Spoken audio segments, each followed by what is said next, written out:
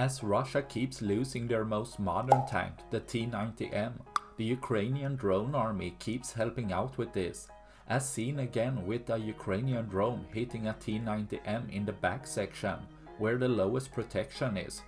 As the warhead penetrated into the engine and fuel tanks, the tank erupted into fire.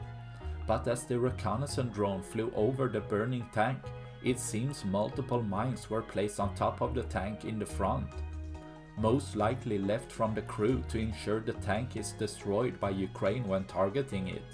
As the mine don't explode unless an impact shock happens, it does help burning down the tank, showing the crew of even Russia's most modern tank having low enough morale that they abandon and actively help the Ukrainian drone army.